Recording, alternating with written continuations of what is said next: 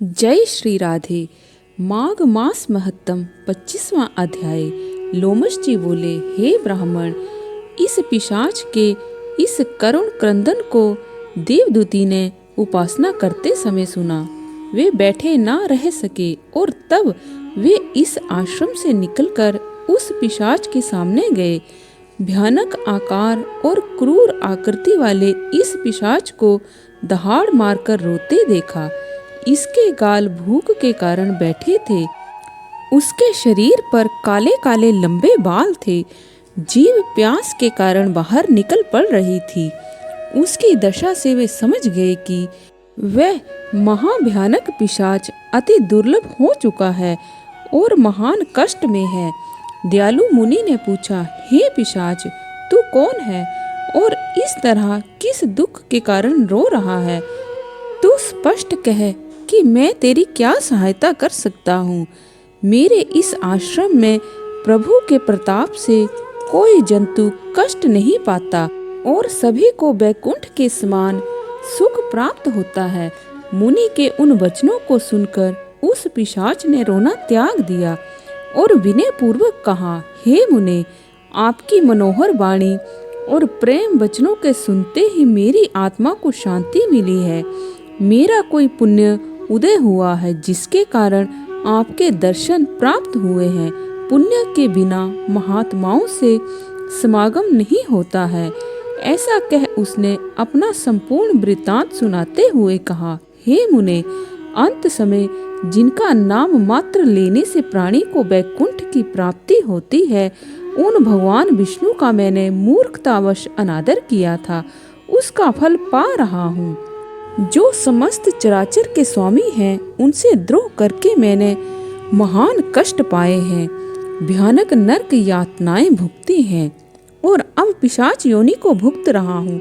यदि इस योनि से मुक्ति प्राप्त हुई तो मैं निश्चय यही भगवान विष्णु की आराधना करूँगा। इस योनि से दया करके आप ही मुझे मुक्त करवा सकते हैं। देवदूती जी ने आश्चर्य से कहा, हे दुष्ट, तू माया के चक्र में पड़कर संसार के आधार के साथ ही द्वेष करने लगा।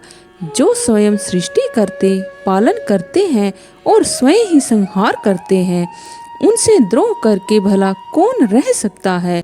भगवान के नाम लेने मात्र से पापी तक इस लोक से मुक्त हो जाते हैं।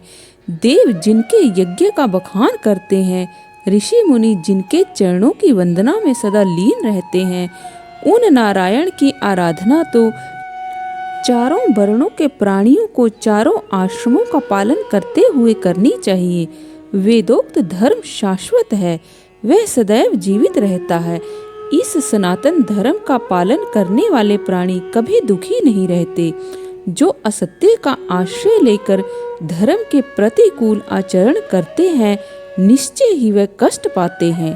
अपना हित चाहने वाले प्राणी को कभी विष्णु और शंकर में भेद नहीं समझना चाहिए।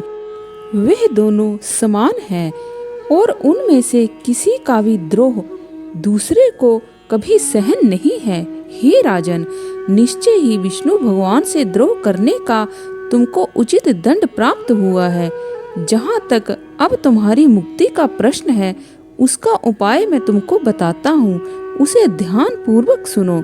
देवदूती बोले, हे भद्र, माघ मास प्रारंभ होने से पहले ही तुम तीर्थराज प्रयाग चले जाना।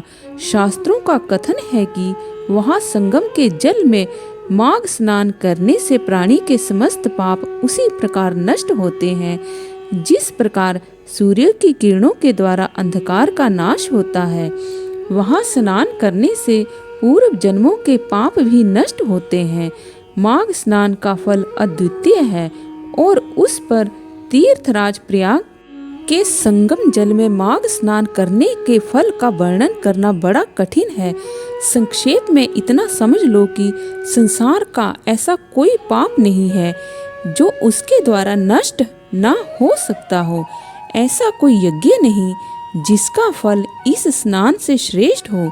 इसके बराबर कोई तप नहीं जो इसकी तुलना में टिक सके। ऐसा कोई दान नहीं जो इससे श्रेष्ठ फल दे सके। यह तो पृथ्वी पर मोक्ष का द्वार है। माघ मास में त्रिवेणी स्नान महान फलदायक है। वहाँ स्नान करने से अवश्य तेरी यह योनि नष्ट होगी। तेरे समस्त पाप उसी प्रकार जलकर भस्म होंगे जिस प्रकार आग की एक छोटी सी चिंगारी घास के बड़े ढेर को स्वह कर देती है। हे भद्र, त्रिवेणी स्नान के महात्म का वर्णन करना मेरी शक्ति के बाहर है। इसके जल स्पर्श करने मात्र से ही केरल का ब्राह्मण मुक्त हो गया। ऋषि के इन वचनों को श्रवण कर पिशाच ने पूछा, हे मुने, कृपा करके केरल के ब्राह्मण का वृत्तांत कहें। तो आज के लिए बस इतना ही। कल फिर आपसे भेंट होगी। तब तक के लिए जय श्री राधे।